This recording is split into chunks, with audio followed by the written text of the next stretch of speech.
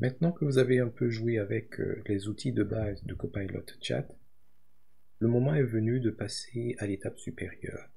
On va parler maintenant de la notion d'agent. C'est quoi un agent? C'est pas un policier.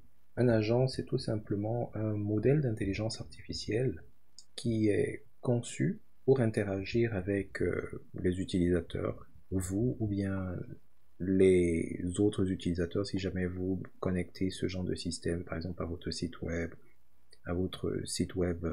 SharePoint, à votre intranet, etc.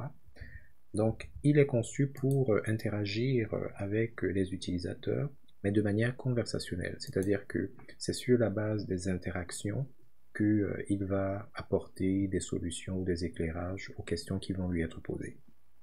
L'autre grosse particularité des agents, c'est que, contrairement à Microsoft Copilot dans son intégralité, ce sont des modèles d'intelligence artificielle qui sont préconfigurés, qui sont spécialisés si vous voulez. En d'autres termes, vous allez prendre, si jamais vous vous rendez compte que dans votre contexte, dans votre entreprise, il y a des tâches qui sont récurrentes, qui reviennent à chaque fois, c'est toujours la même chose qu'on demande, ou alors c'est toujours de la même façon qu'on va solliciter l'intelligence artificielle, vous pouvez créer un modèle qui ne sera spécialisé que pour faire cela.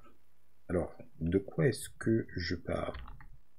Si on revient ici, nous avons le grand Copilot, et dans le grand Copilot, on peut sauter du coq à l'âne. Vous avez vu, on a créé des graphiques, des sources de données, on est allé chercher des nouvelles, etc. À chaque conversation, on a la possibilité de lui demander tout un tas de choses. Et parfois, même au sein de la même conversation, on peut lui demander tout un tas de trucs. Il ne va pas nécessairement se plaindre.